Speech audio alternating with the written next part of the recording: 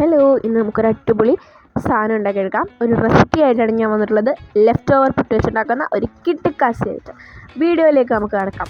നമുക്കതിന് വേണ്ടി കുറച്ച് വെജിറ്റബിൾസ് ആവശ്യമായിട്ടുണ്ട്. തക്കാളിയും സവാളയും മാത്രം എടുത്താൽ അത്രയും മതി.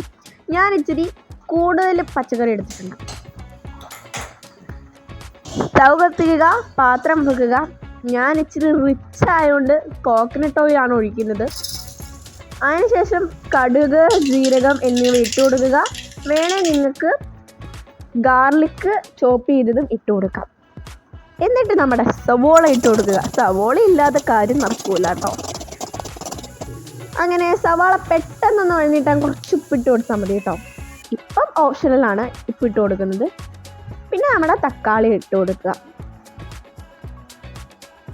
തക്കാളി നല്ലപോലെ ഒന്ന് വഴറ്റിയെടുക്കണം. തക്കാളിക്ക് ശേഷം ഞാൻ അവതരിപ്പിക്കുന്നു ക്യാരറ്റ്. നല്ലപോലെ ഒന്ന് ക്യാരറ്റിനെ വഴറ്റിയെടുക്കുക. അതിനുശേഷം 2 ചെള്ളി, ഗ്രീൻ ചെള്ളി. നിങ്ങൾക്ക് എരിക്കനുസരിച്ച് കൂട്ടിയും കുറയ്ക്കുകയൊക്കെ ചെയ്യാം കേട്ടോ. പിന്നെ ഞാനിവിടെ കുഞ്ഞ് ക്യാബേജിൻ്റെ ഇല എടുത്ത് ചോപ്പ് ചെയ്തിട്ടിട്ടുണ്ട്. അതിനുശേഷം മസാല ഇട്ട് കൊടുക്കുക. അതായത് ഉപ്പ്, മഞ്ഞൾപ്പൊടി, ഗരം മസാലപ്പൊടി, മല്ലിപ്പൊടി, മുളക് പൊടി, അങ്ങനെ കുറേ പൊടികളൊന്നും ഇട്ട് അതൊക്കെ. എന്നിട്ട് അതൊക്കെ ഒന്ന് മിക്സ് ചെയ്ത് വരുമ്പോഴത്തേക്കും നമ്മുടെ പുട്ട് ഇട്ട് കൊടുക്കുക. നമ്മുടെ താരത്തെ ഇട്ട് കൊടുക്കുക. ഇവിടെ വെച്ചാൽ നിങ്ങൾക്ക് ഇത് സ്റ്റോപ്പ് ചെയ്യാം.